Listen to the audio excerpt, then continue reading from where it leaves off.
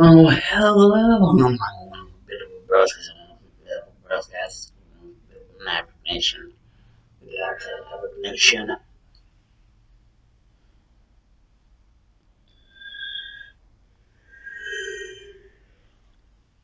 Hmm.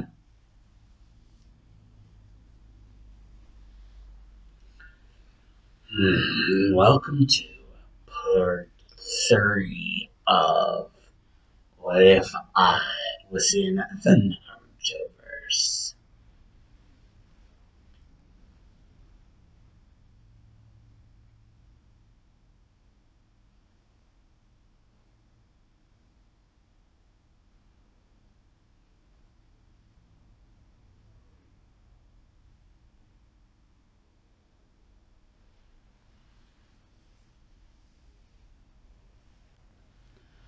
And part 2, well, shit got real. Part 3 is for the mission Tsunami no Kuni. Okay. That wave. Naruto now have studied up basically on the scrolls for Bubble and Asa. Naruto figuring out for himself that Bubble is basically sort of like a fusion of the sign for Water Wall, the Water Wall Jutsu, and the motion, like the pull back motion of one's body before letting out the Fireball Jutsu, in which this bubble would be created. Surprisingly, depending on who you're fighting, bubble can be very damaging, even though D.S.M insisted that Oblivion is actually better. I insisted that, because I know better.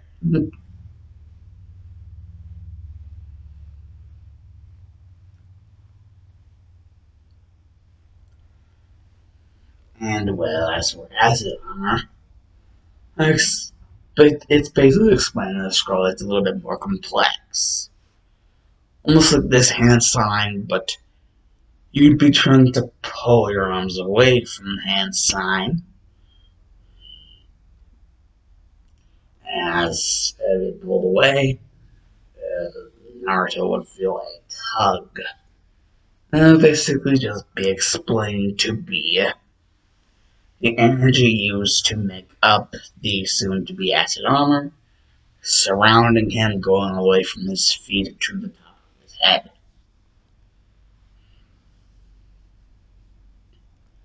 And once concentration was fully on the energy source and maintaining this pull, push and pull,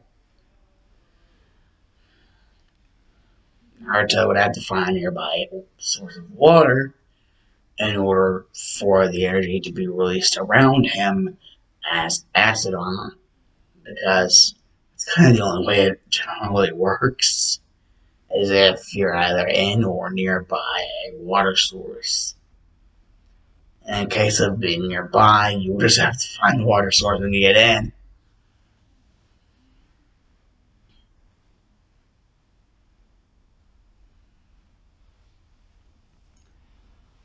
And while acid armor is on, basically, this is when Tanaga basically that the water source will seem like an entire, totally different dimension.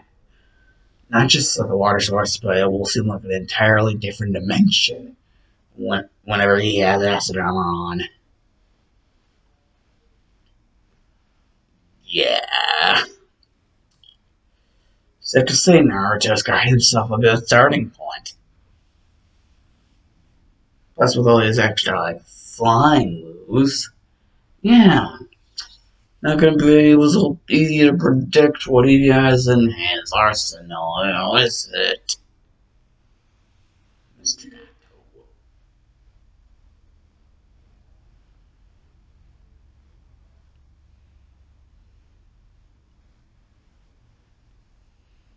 Basically,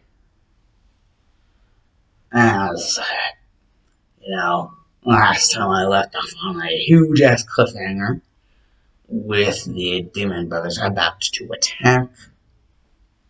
Now to finally have read both scrolls, he would just, by instinct, like throw them behind him, and they would smack both Gozu and Maizu in the frickin' face with the frickin' scrolls for bubble and acid armor. And disorienting for a few seconds. And that's all Naruto would really need, basically. He'd be like, boop, bubble, and like smack straight into Gozu. And Gozu's like, really? You want to go up against us? We literally live and breathe water jutsu. And Naruto would just be like, I know, that was really just a distraction. Oh wait, if there isn't an actual water source. Oh wait, actually with bubble now there is. Yeah, that big enough bubble to actually create a water source. And Naruto would just be like, acid armor. And be like, just disappear for some reason. And then all of a sudden it would be like there was something in the water source. And Gozu and Maizu, basically, they'd be looking all over somewhere in the water source. Like, there would seem to be movement, but there would be, like, no shadow in the water. Kind of like blood in the water, like, blood in the water. But, like, there was no shadow to go by, like, this was, like, freaking him out. And then Sasuke, trying to be cool, would try to tango with Fandango on Gozu and Maizu. And Naruto would just be like in the water, starts being like, oh, Sasuke, you idiot. At first it would look like he was legit, kicking their asses, cutting their chain, like, pretty much immobilizing them. That is until Gozu and Maizu finally actually get a freaking brain and detach the chain from, like, their big arm. We would just detach it. And that's sooner Naruto would just be like, damn it. When is he gonna learn? And Naruto would just be like, okay, assholes, you want it? You gotta get it. And he just, like, freaking shoot out of the water, creating a bubble, like, while in the water. And this, like, bubble would be, like, big enough to create an explosion the size of a pistol shrimp and, like, considered power. Shot. But no, see Naruto, that is until it was too late. For Gozu and Maizu, the Demon Brothers of the Mist. Because Naruto would then just appear out of freaking nowhere and clock Gozu right across the face. And then run up to Maizu and get this. Naruto had been working on some water techniques of his own. And seeing as this one, the name technically sort of has a little bit of a spot with him and his heritage in a way, and actually lots of ways. Basically got just for it, basically Naruto to spiral his finger around, wave it around in the air in circular motion, and then move his hand out like that. Wow, basically saying whirlpool. Yes, that is why. And basically, Maizu kind of be like mystified by the freaking lack of actual hand signs. Just way too freaking mystified to actually tell that Naruto was actually drawing from the water source that he created earlier with Bubble in order to enter acid armor. And so basically he used the same thing, I guess, minimal amount of effort and resource of the use as possible. That's always a good thing. To create the whirlpool. And it would just get sent out, and then whenever it got close enough, Mizu would just get sucked into it like a freaking blood blender. Not blood bender, but blood blender. It was just like rip and tear him up to shreds.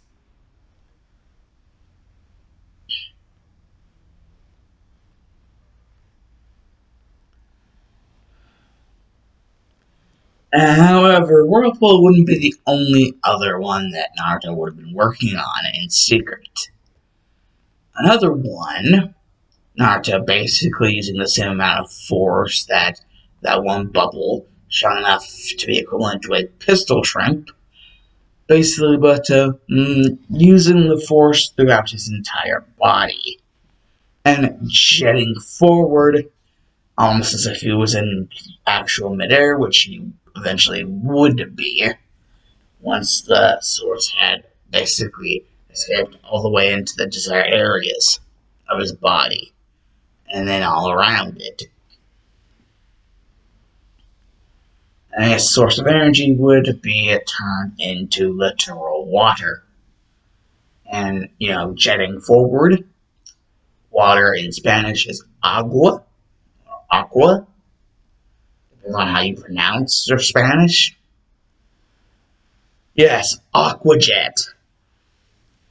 Basically, before, Goes and Mizu could, put up any extra, defenses of their own, they just get freaking Aquajet tagged. Bam, bam. Bam, bam, below. So, yeah, Kakashi would just be freaking good. What the fuck? This does not seem right. I mean, a second ago his attacks were, wind and aerial based. But now he has, freaking water shit. What? Freaking A for freaking versatility, but literally what? Nani? Nani the fuck?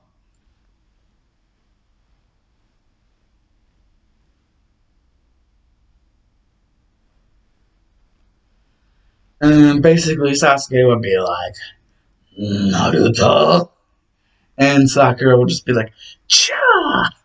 And Sakura would be like, and Naruto, he's gonna pay! Naruto will see, Sasuke's gonna destroy him! And then Naruto kind of knowing what they each other thinking, just from one single look, be like, okay, you two, let's not try to kill each other, more or less help each other. I think that's what Kakashi Sensei would want. Right, Kakashi Sensei? Or should I call you out on your reading to the Hokage? Kakashi's like, yeah, that's right. You should be trying to help each other, not destroy each other.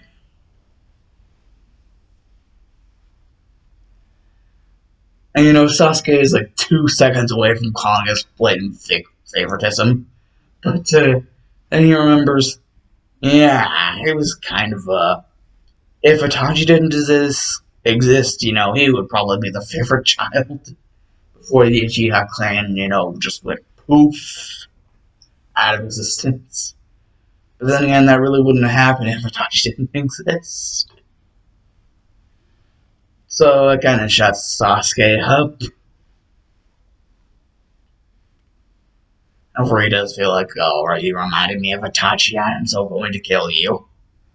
But, now he's no longer freaking verbally vocalizing it. up to the freaking world for anyone to hear. And Sakura is just generally freaking dejected. That's just how she feels. Just completely and totally dejected from life. Like, Sasuke couldn't got freaking burned, and Naruto didn't really need to put all that much effort into doing so. And so, basically, Kakashi wanted to know what the hell is the meaning of this. Like, Tazuna, you said it was gonna be like some bandits and shit. Basically, Tazuna explained the situation of Wave and how they don't have enough money for, like, what this would probably be considered like a B or an A rank. B rank at the lowest, A rank at the highest. Not necessarily S rank material, but not necessarily anything below B rank. So B rank to A rank material, probably. Yeah, Tazuna explains they do not have the money for that over in Nami no Kuni. So, yeah. And it also explains the reason why they don't have the money for that. And after this, Naruto is just like, oh, I am so totally gonna rip this guy to apart. Anybody who tries to set after us. And that's whenever he would remember a couple different like concoctions and tools that he decided to bring with him along. It's like, what would probably be the exact amount of days, like around like several days worth, possibly even over a week if they got lucky. So yeah, basically Naruto brings along certain materials. Basically, the Zabuza fight would go as pretty much as in the original, because Naruto would not want to show his cards this early in the game, especially whenever they could be used for something that Naruto would actually feel like. It doesn't exactly feel like hired scum for Gato. Someone like Gato deserve to feel that kind of power. That kind of power was gifted to him by someone who only really rejected because he wanted to teach someone who was worthy. And because of that, Naruto feels like, he isn't worthy of dying by the hand of Naruto through, like, the several different abilities that were taught to him. So he kind of just lets this be Sasuke's moment for stardom. Or at least, if he has the pants. Though he does try to have some effort put in. The Demon Windmill Shuriken does indeed still happen. That bullshit. And, well, as for the escape via Huntsman, which is actually Haku. Oh boy. Naruto would actually, while Haku's back was turned, flick a certain Senbon. You see, he likes to use Senbon too. But flick a certain Senbon with 100% pinpoint accuracy right into the place which Haku would probably least expect, and least actually think that they were hit, because there would be no pain. There would actually be no sense of actually being hit. That's actually part of the concoction which the Senbon was laced with, basically making it to where, like, there was no automatic jolt of pain from getting pierced by a Senbon needle. Basically, the second part, well, by the time Haku and Zabuza are able to return back, they aren't even actually able to return back, because Zabuza begins to realize Haku is now coughing up blood. And, Zabuza, and his head is like, that's not right. And basically, if you guys can't tell already, Naruto had some Avada Kedavra bullshit going on inside his Senbon. At least the Senbon he used on Haku. Basically, for, upright lying to them about, who he was and his general freaking purpose of coming there. And not only that, but being so stupid as to not actually make some sort of hinge to make them think that he had burned the body on site. Like, you're supposed to do. Thinking that they were literally that stupid.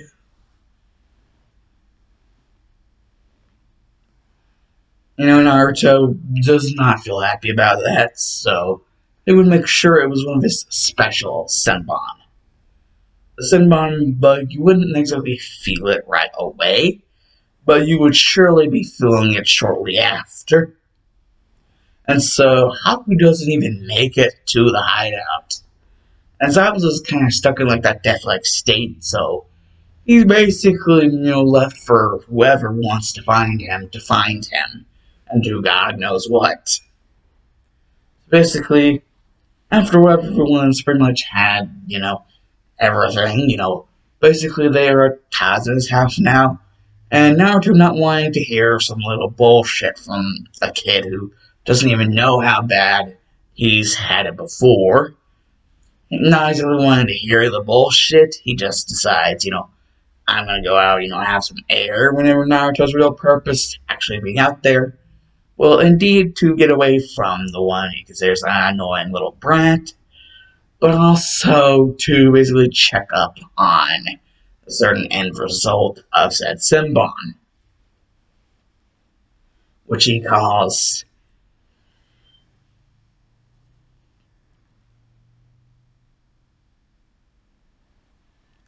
Habanero Senbon, because Mother Kushina, the red hot habanero, so Habanero Senbon. Yes, the end result of actually using one of his Habanero Senbon on someone for once, like finally getting the chance to do so and actually having good reason for doing so. And technically, he is so good with his Habanero Senbon that no one was actually able to tell that he actually did anything. He was that good and that fast.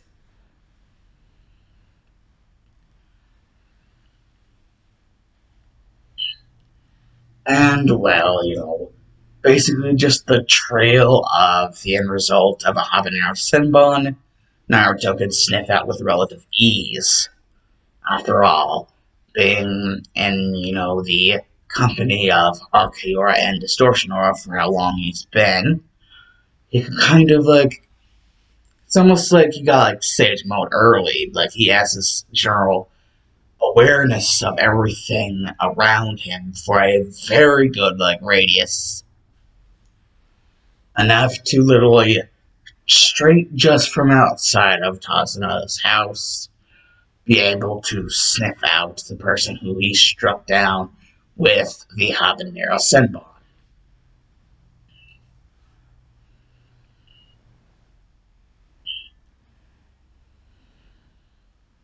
The senbon basically being named after Konoha's Red Death, you can pretty much tell what Naruto's gonna plan to do once he gets there. Well, if you can't tell, Naruto is actually there, finally. He finally gets there, sees Haku in a pool of his own blood. basically, someone lying next to them, still in the death-like state. Naruto just yanks all the Senbon out. And Zabuza's just like, fuck. And you just see that, his body would be completely stiff, so he couldn't do a jack shit. So he would automatically feel a lot lighter, and that's whenever he would realize Naruto just easy as hell, picked up his Kubikiri Bocho, Executioner Blade, That's why you felt lighter. And Zabuza would be like, son of a... And Naruto would just be like, interesting. So clean. I can see my reflection in it. Now for scum like you, working for such a horrible man. Surely, before I kill you, I want to know your reasoning. And Zabuza would just be like, well, technically he's not wrong. The way he is, the way I am right now, he definitely probably is going to be the end of me. So, yeah. And Zabuza's like, I have nothing to lose. Basically, Zabuza would basically be like, I needed money for my next attempt to take down our bastard of Mizukage, Andani Mizukage, Yagura. Also, the fact that Yagura is basically the Sand Beach in Shirky. And Naruto would be like, whoa, wait 1 second.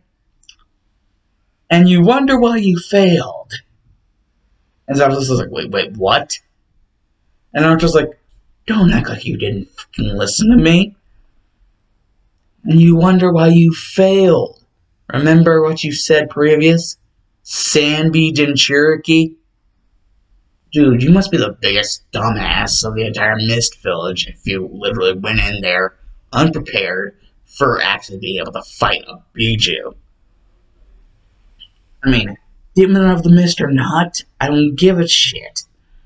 Literally.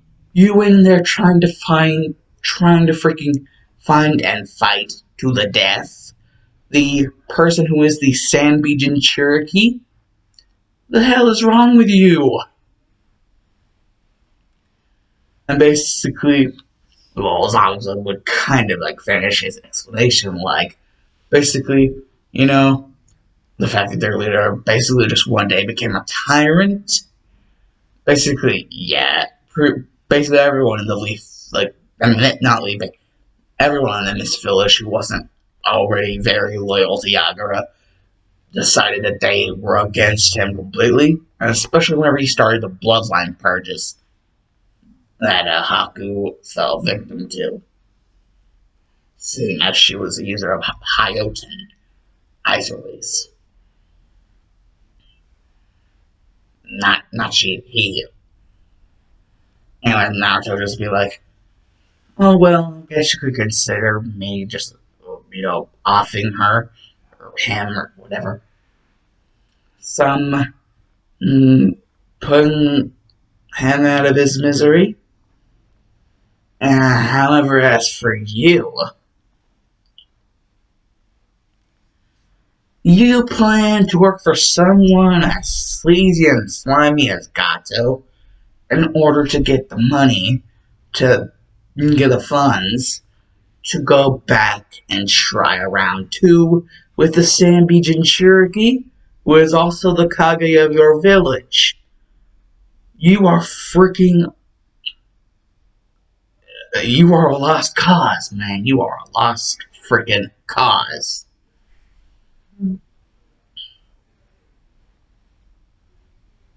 And I'm saying this as being a Cherokee myself, and knowing what that word means.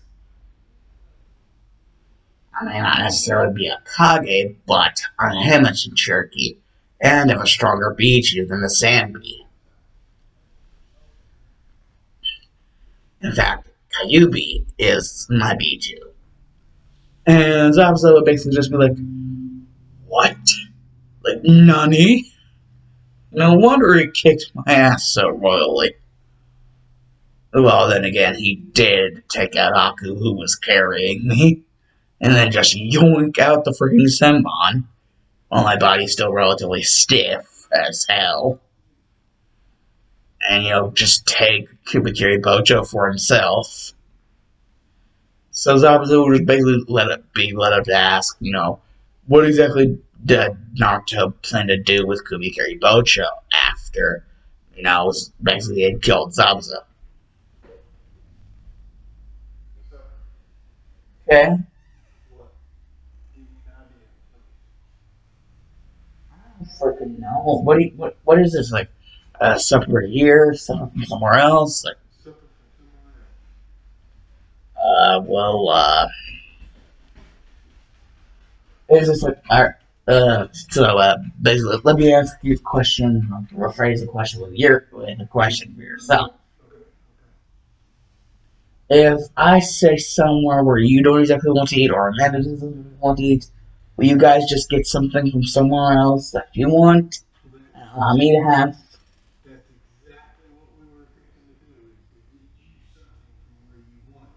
Here.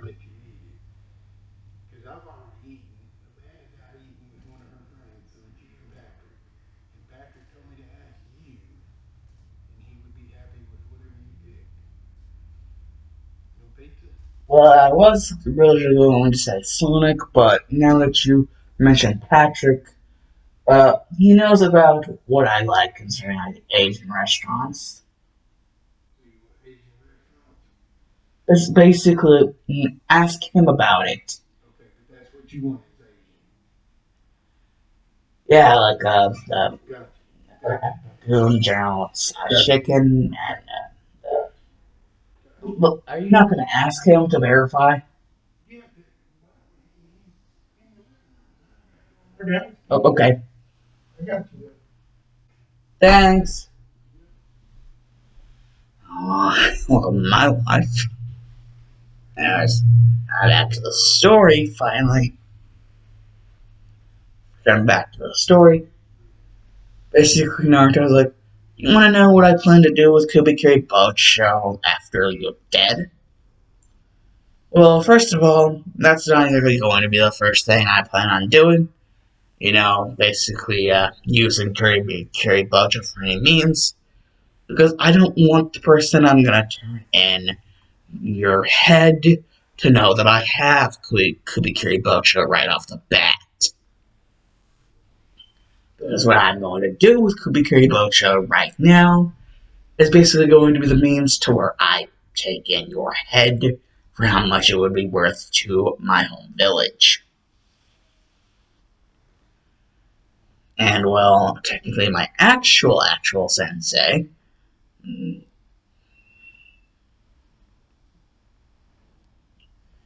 I think you would actually find it relatively cool, your sword. Now my sword could be Katie Bocho, the executioner blade.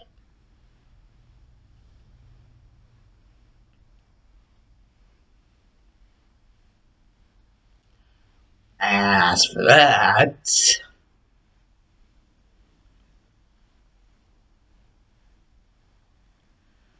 I gotta figure out what Sensei was doing in my apartment while I was gone on this stupid ass mission. Oh, and about Gato and any of his mooks, you really don't have to worry. From that expression on your face, I can tell that that's what's going through your mind. Who's going to take care of Gato? You're gone forever. Get rid of someone slimy and sleazy as him. Probably no real better than the freaking Mizukage of your village, or at least current Mizukage. And again, it doesn't seem like you were the one, someone to check up on the times of your once village.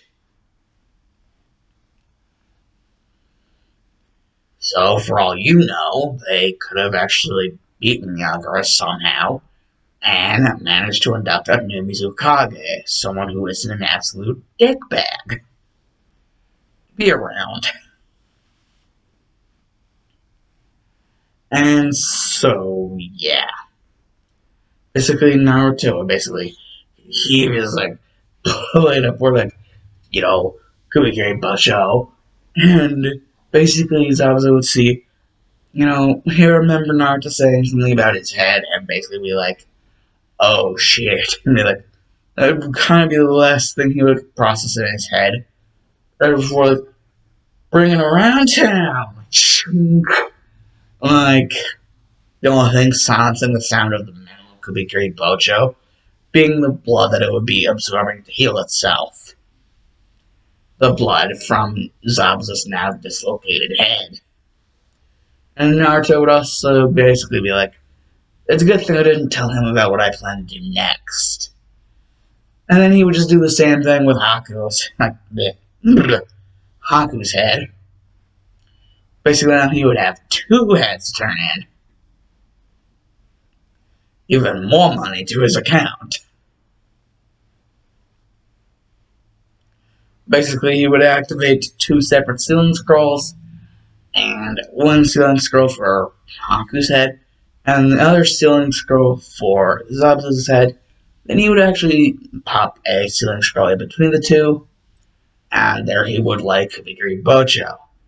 Basically, making a hand sign motion, basically popping all of them into their separate ceiling scrolls, and basically by writing the kanji down on the outside of the scrolls, he'd be able to tell which ones contained what.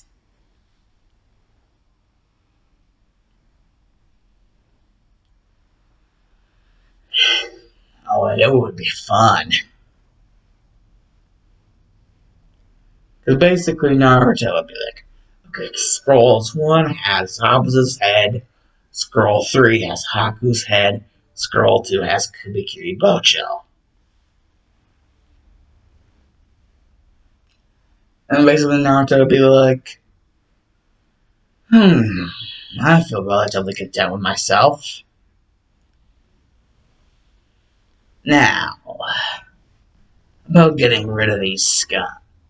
And basically Naruto would just spend the extra rest of his time, deciding, I'd have some extra fun, so we kind of learned this technique, which allowed him to join hands, basically, and wave them out like an outside motion. This attack being Water Pulse, and the only other attack really being an attack which he would arc his arms up and then down, as he would say it. Surf. And also, one final little addition, the superior version of Bubble, Bubble Beam. Basically the same thing. Got back, and basically just use the tongue as kind of like a little lag thing. Flick it several times in the duration of actually dishing out the bubble. And this would basically cause the bubble to become multiple bubbles. Bubble beam, but the tongue will kind of be behind his teeth, so no one would actually notice the tongue flicking several times behind the teeth as this would happen. Bubble beam. So, not only freaking Water Pulse, but Surf and Bubble Beam. And you would even learn something called Water Gun. This simply just being a little thing, a little circle, and then 2 fingers protruding through, and opening a space, shooting out a literal water gun. So yeah, basically, in part, Naruto would have successfully learned a hell of a lot of shit. Showing that he can learn basically without me needing to be breathing down his back. But speaking of me, basically, what would I be doing as everyone will be soon enough returning? As Naruto would have just used the extra stuff that he had learned to freaking kick the asses of all of Gato's men and even Gato. And, even, an extra ceiling scroll to basically seal Gato's head, like the 4th ceiling scroll. We have a 4th one, specially reserved for Gato's head. And the heads of specific other members, specific thugs in his group, which would have a lot bigger, bounty on their head than other thugs would probably.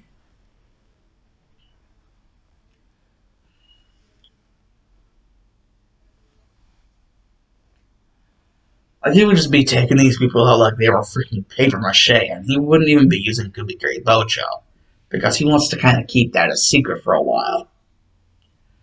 So, yeah. Now, with 4 sealing scrolls on his back, first one being for Zada's head, second one being for Kubikiri Bocho, third one being for Haku's head, and fourth one being for Gato's head, and several of his more, pricey thugs, ones that would, if turned in, would indeed give a big profit for Naruto. Naruto's thinking this one's smart. But basically now, as for me, what I would be doing, I'd basically be waking up to the fact that I was basically tied to a tree stump with ninja wire. However, unlike the use for most chakra-based attacks, this would not be enhanced ninja wire with chakra. It would just be regular-ass ninja wire, and it would basically be tied to a tree stump with a specific ninja wire. It would feel like freaking chicken wire, like digging into my freaking skin like this through my fur.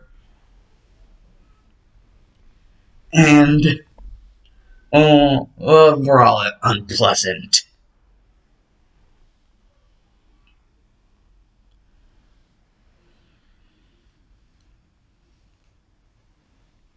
It'd be nasty ass chakra wire. And basically, whenever I would look around, I would actually see that there were 3 specific individuals. And they all seemed to have Iowa headbands on.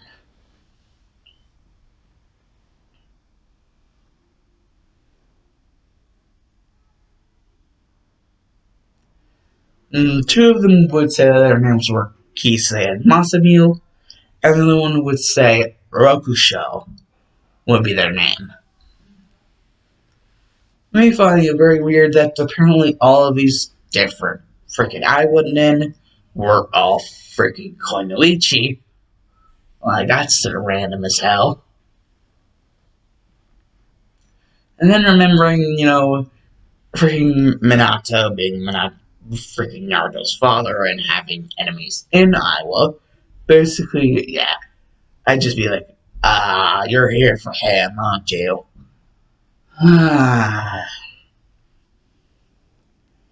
But unknown to most, the Hokage off in the distance, basically being like, yes, you 3 are doing fine. So basically, if you haven't figured it out by now, the 3 Iwanin are actually hinged to look like Iwanin. They, the fact that they look like girls, showing that this hinge was exactly a deeply layered one, only, deeply layered enough to make them look authentically like Iwanin.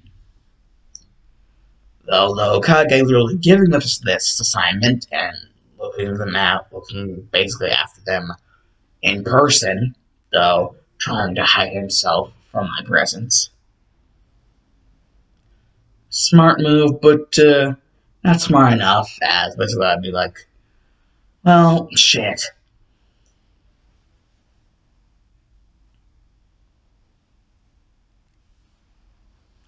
I'd basically be like, well, I can't exactly move my arms or freaking legs without feeling like I'm being torn to shreds. So instead, I'll just, I channel electricity off of my cheeks and, stuff it in them and be like stream of electricity straight into the clouds, almost like a signal flare. And so I went in basically like, what the hell was that? And basically, I hadn't give them little a thing that I did with Naruto, so Even if I did talk, they wouldn't be able to understand me. And either way, I'm just giving them the silent treatment and be like, thinking, oh, these people are about to like up to a very nasty situation if the, you know, forces of nature or anything to abide by in that regard. Yes, forces of nature. That's when all of a sudden you would hear like something similar to like the cry of the different forces of nature Pokemon. Landorus, Tornadus, and Thundurus. As basically the thing would come out of the frickin' nowhere.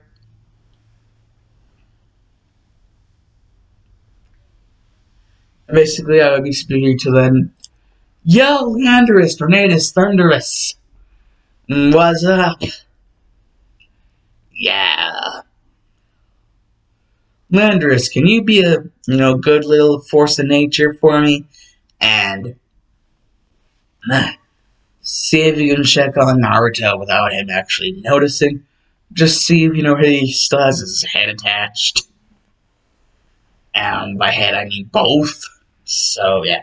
Basically, before you even try to ask that.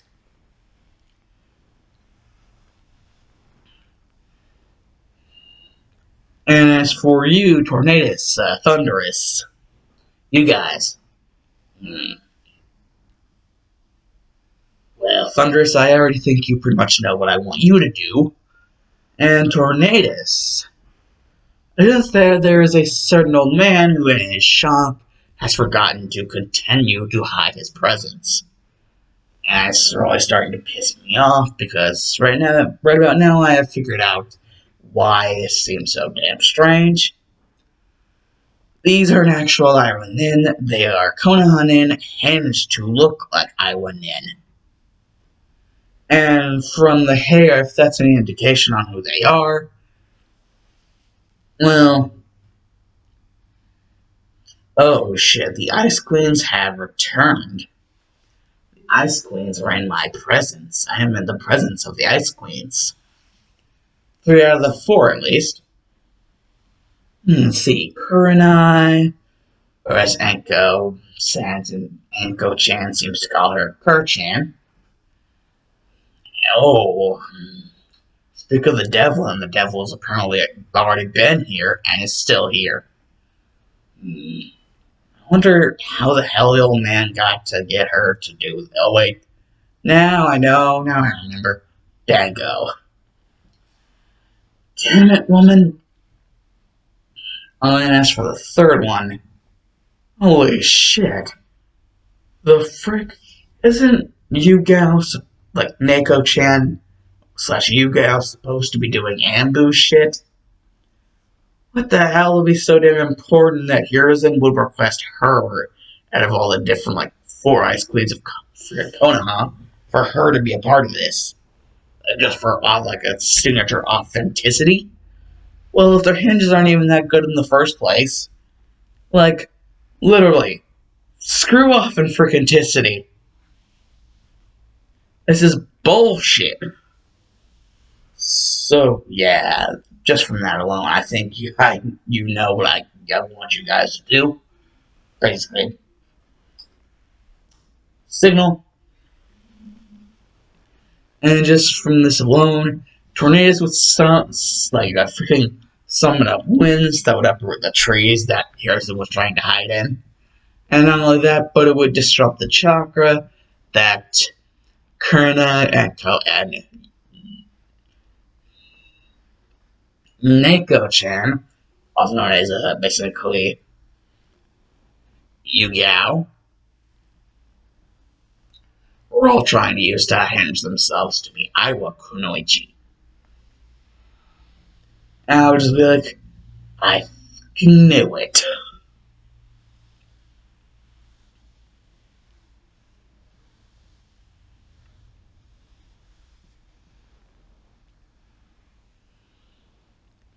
So, in the event of that, basically, Thunderous, you know what to do. make these ladies say stars, but not so much that you would kill them. As for the old man, I'll deal with the old man. Nice and talk to me easy. Talk to me. Talk to me nice. Nice and all of that and more. For the old man. Basically, Tornadoes' winds had basically cut me from the ninja wire. And now I'm basically free to walk around. Basically, I go over there, find 3 years in it, and I'm just like, oh my god, this is so freaking pissing me off. Basically, I just jolt Hiruzen, and I'm like, hey, asshole, can you understand me now? And Hiruzen's just like, wait, what? You can... And I'm like, yes, I can talk.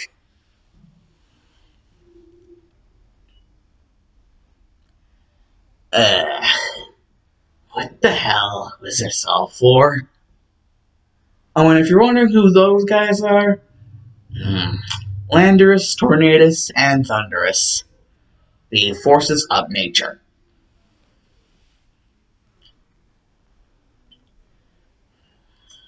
It seems that indeed making friends with them early on has some indeed benefits. Now, man, literally, talk to me nice. What the hell is this all for? Was this all for? And here's the one basically just be like, if I tell you, will you promise to not kill me? And, I'd just be like, depends on what you're going to tell me, old monkey. Old manky. And here's this like, I don't even know what that is, but, telling from the look you're giving me, probably you're, no promises. So, anyways,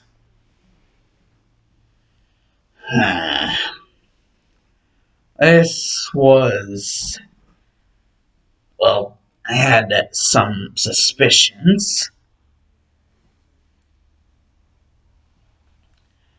And, well, I needed to confirm them before I made any, what someone would call unnecessary actions against Naruto. So, I had Yugo-chan, Kurenai-chan, and Enko-chan all help me in this endeavor. Me coaching them along from the sidelines, basically pretty much rehearsing this day and night until we came up to the general conclusion of what we wanted to do. And now that I know these things, well, you're the other sensei, aren't you? And I would just be like, oh, Naruto, you know about what he calls me. Pichu-sensei. Well, in that regard, yes. However, if you're trying to pull any bullshit, trust me, I have way deeper connections with way stronger sources, so you might want to be careful what you try to say or do. Oh, and the whole thing about how you even got me and next to that frickin' pole with a frickin' ninja wire. How the hell did that Oh, now I remember. Wait, you freaking poisoned the Peachy Poffins? What the hell? For all you knew, that could have killed me. And here's what we'll just fire back with. For the person who taught Naruto that powerful of attacks, I highly doubt. And, I'd just be like, you old man. I'd just be like, you? It'd basically be like, He's like, okay, now that everything has happened and such, what is your general consensus, or whatever the hell you call your freaking judgment on everything now that you've annoyed the ever-living hell and shit and fit out of me? You know, get off the freaking damn property.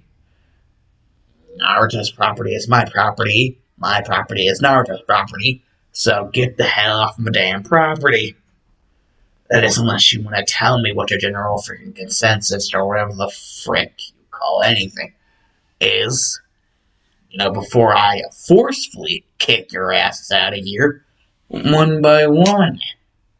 And yes, that includes the girls. I've always been told to be gentle with women, but if I need to force my free hand, I will force my freaking hand. So, start talking, or else I will start kicking.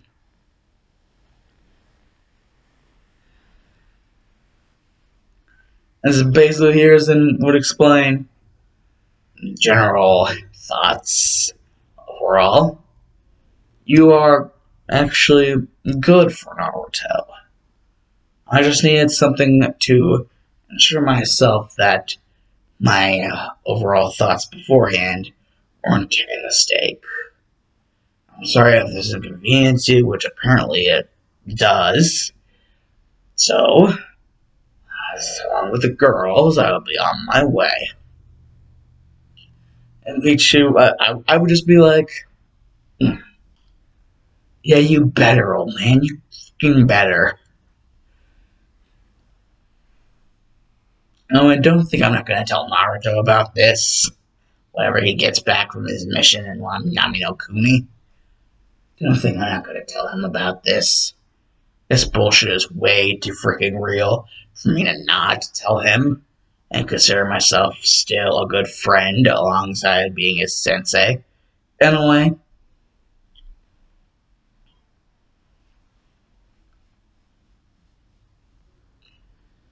So yeah, basically, after all that is done, I'm left to teach Naruto. Cross that off, cross that off. No need for flying, no need for water, as of right now, because I can sense he's generally took the initiative to learn more than just bubble and acid armor. So, considering the fact that basically everyone in Uzu is actually dead, this could be interesting. And a type that basically is about the dead. And here's someone like hear me say this and be like, a type, and I'd just be like, freaking old man. And here's someone be like, yes. And I'd just be like, old manky.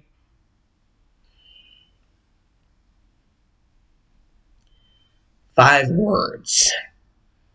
And here's someone be like, 5 words. And I'd just be like, move, bitch, get out the way. And just general drive Harrison and Co.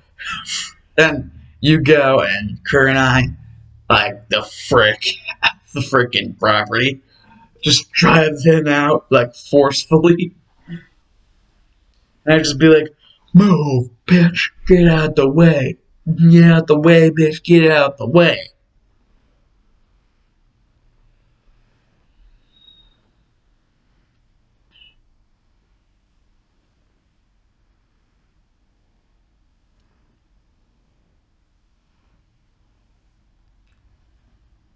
And, whenever Naruto would normally return back to his apartment from the mission, after collecting all the money from what he was able to gain, he would just hear me being like, I'm doing 100 on the highway. So if you do a spill, get out of my way. And me just continuously seeing, like, Move, bitch, get out the way by Ludacris. Not necessarily trying to hide the fact that I actually like the song.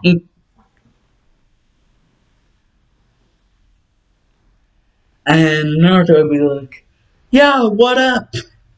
And then I would just be like, "Naruto, we need to talk." And, just from that look on my face, Naruto would just be like, "Oh, that kind of talk? Like, shit. Who pissed you off now?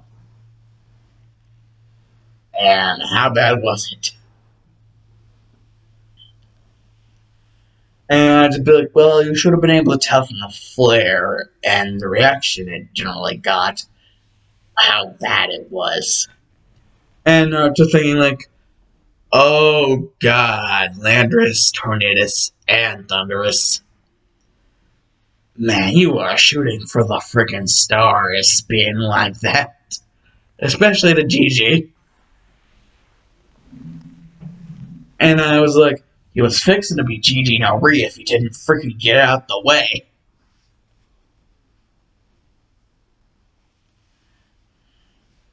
Not like all the damn refund. Refund his ass back to his freaking where it freaking came from. Tired of this shit. Anyways, beyond that, I might have just something new to let you get learned at. Pretty much seeing as most, if not all, inhabitants of Uzu are now dead. Uzu no Kuni and Whirlpool. That's kind of the situation. Why not get you learned on something? The ghost type. And also there was something else that was pretty much scheduled that I planned to teach you in as well. That being the fighting type, which would generally go very nice with your ghost type training. Seeing as the fighting type is more or less a fantastical version of what you guys like to call taijutsu, you should learn things relatively fast, faster than you would with anything else. However, the complexity of the ghost type, even their more simpler abilities, this might take a while, just telling you that. And, before anything, just in earnest of actually going through with this, some even more of the easier to maintain abilities will probably take a while for you to get down like you've gotten down your other abilities.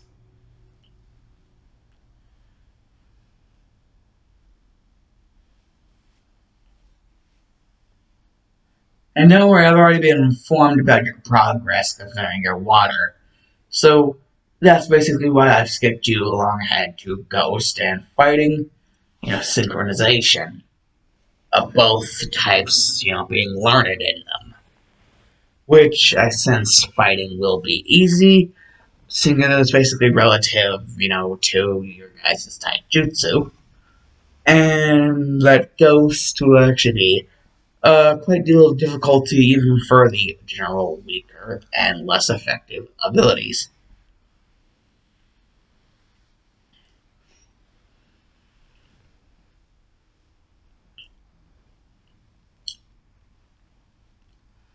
So, generally starting off with the quintessentials whenever it comes to Ghost, or at least what I believe are the quintessentials: Confuse Ray and Nightshade. However, something fun about this is, well,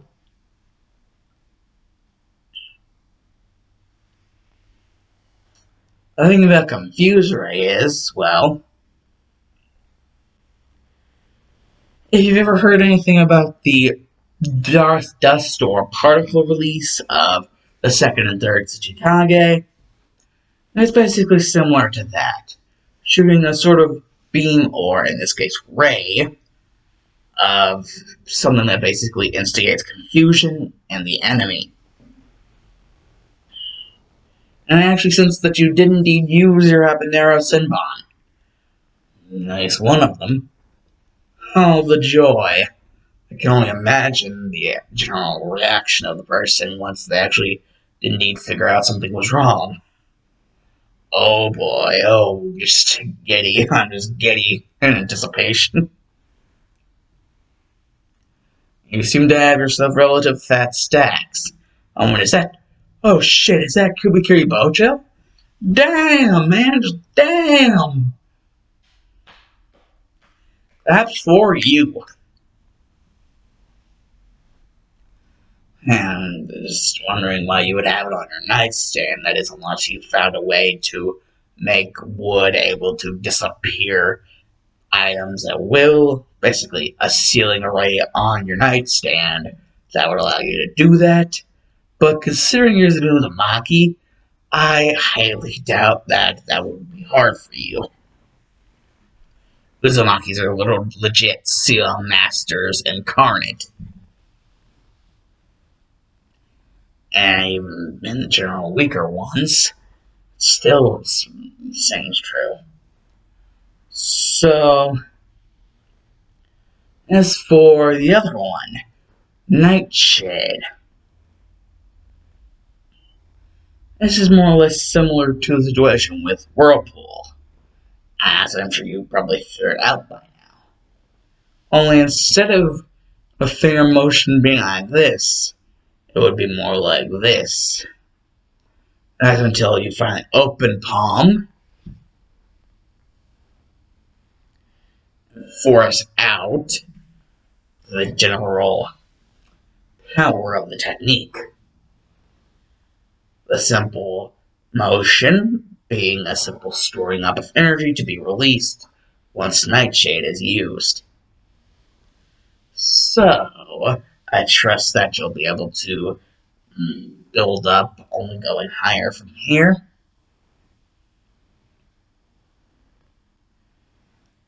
Though, I won't going to keep you in the dark for long.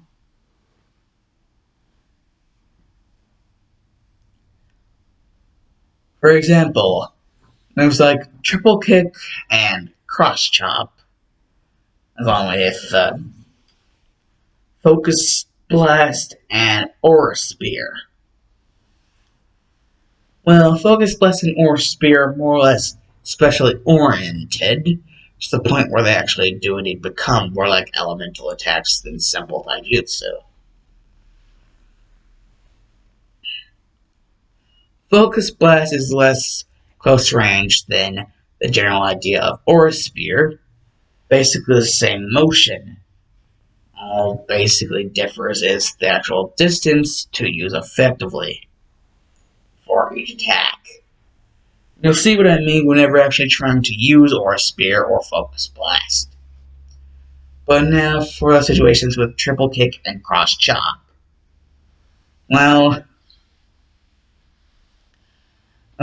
you could indeed say it's quite an experience to use Triple Kick, because you're generally upside down whenever it happens. Yes, the most effective way to actually learn to use Triple Kick is by being upside down. And try to use some sort of a spin kick motion, and continuously do so while maintaining your upside down position. Only doing this will you be able to successfully perform triple kick. And about cross chop, it's as simple as it sounds. Simply gather up special energy within your hands while in cross motion, and then separate them in a quick second. As you jet out towards the general opponent, they will be hit with exactly that, cross chop. So as like I said, generally easier for fighting than Ghost.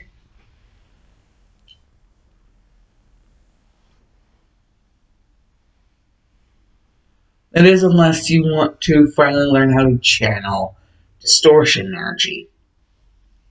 Well, that's distortion aura. And I can probably tell that you were wanting to do that for quite some time. Well, in order for this to happen, you basically have to sign a summoning contract of distortion. Yes, the distortion summoning contract. Something I came up with myself.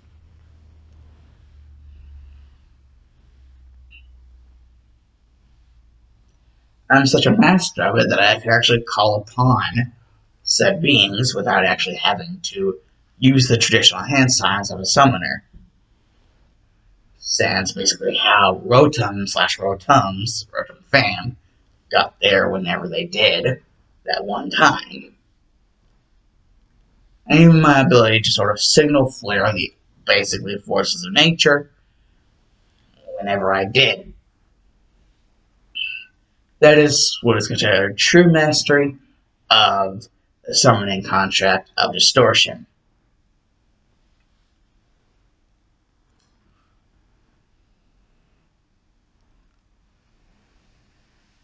And technically, if we really wish to know, my 2 cents is actually what I would consider boss summon of all distortion. So I would actually be genuinely surprised if you would be able to summon him, though I don't exactly advise trying to do it right away, regardless of how big your chakra pools are, because oh boy, can he be cranky at sometimes, and actually kind of feel like fear for the lives of your village, like the villagers of this place, and any other sort of elemental country that has to deal with my dad whenever he is cranky. And Naruto would just be like, okay, then I'll just try to, deal with him whenever he actually gets out then. And I'm like, Naruto, did you not just listen to a damn thing I just said? And basically, Naruto would be like,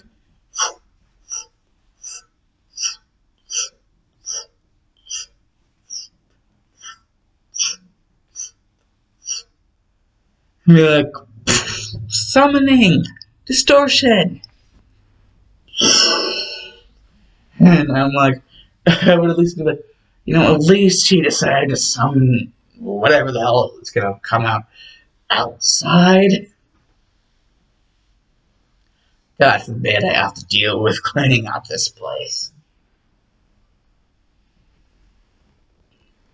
That's whenever you would just hear, like, Giratina cry from within the games.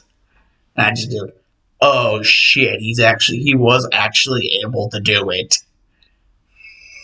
Like, this entire freaking fire country and like the several other freaking elemental nations are all and that is basically if he really is pissed as I think he is or not. And then basically I would just walk into a scene like, oh my god, what are you doing, Naruto? What are you doing to my 2 cents? And Big Naruto would be like, well, I guess from what I can tell already, something that I think he likes. And I'm like, Naruto, my 2 cents is not a fucking dog, so stop petting him.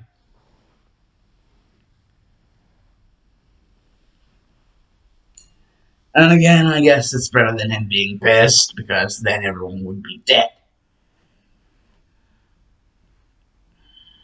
And then Kirito would just be like, oh, hello there, son. And I'd be like, you just now noticed me. I wasn't even trying to conceal my energy. Regardless of how powerful I know you to be, you're still my freaking 2 cents.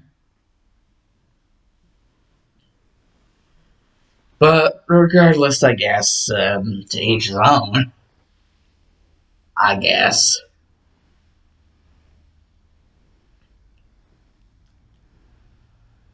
So Naruto, how you feel?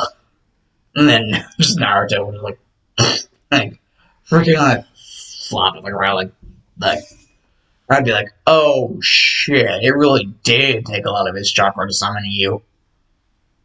And Giratina would just be like, well, technically, whenever you don't really have all that much chakra control to begin with, it really would take a lot of chakra.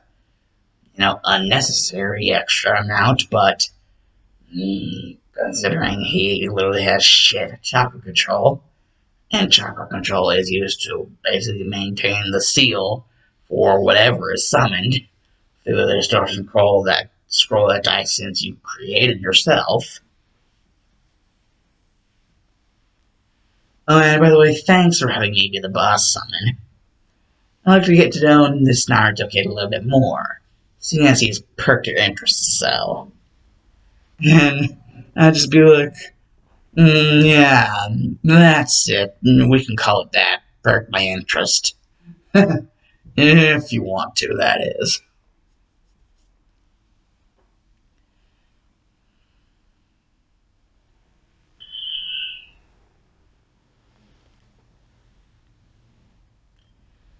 And now, to basically deal with Jughead over here, I can sense you're fading. And Giratina will be like, oh yes, this boy fading because of chakra exhaustion. I really won't be here for all that much longer. Bye, son. And I'd just be like, good God. And whenever you do that with one of those things, like, ugh, are you not aware of the freaking spikes on those? Good God. Anyways, now to deal with old Jughead of the Ninja World over here. Good God, Naruto. You're freaking heavy as hell. Whenever you're dead weight like this.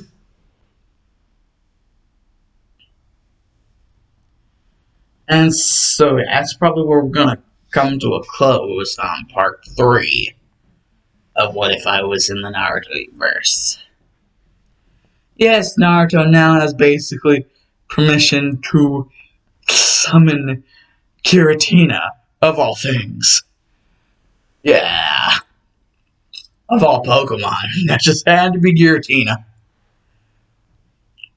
And again, Naruto's ridiculous, redonkulous freaking chakra balls. I don't think anything else would really suffice. So, basically, I don't know what's gonna do. I am basically out. OG out of here, you boys. Like, favorite, subscribe, ring the little bell. Deuces.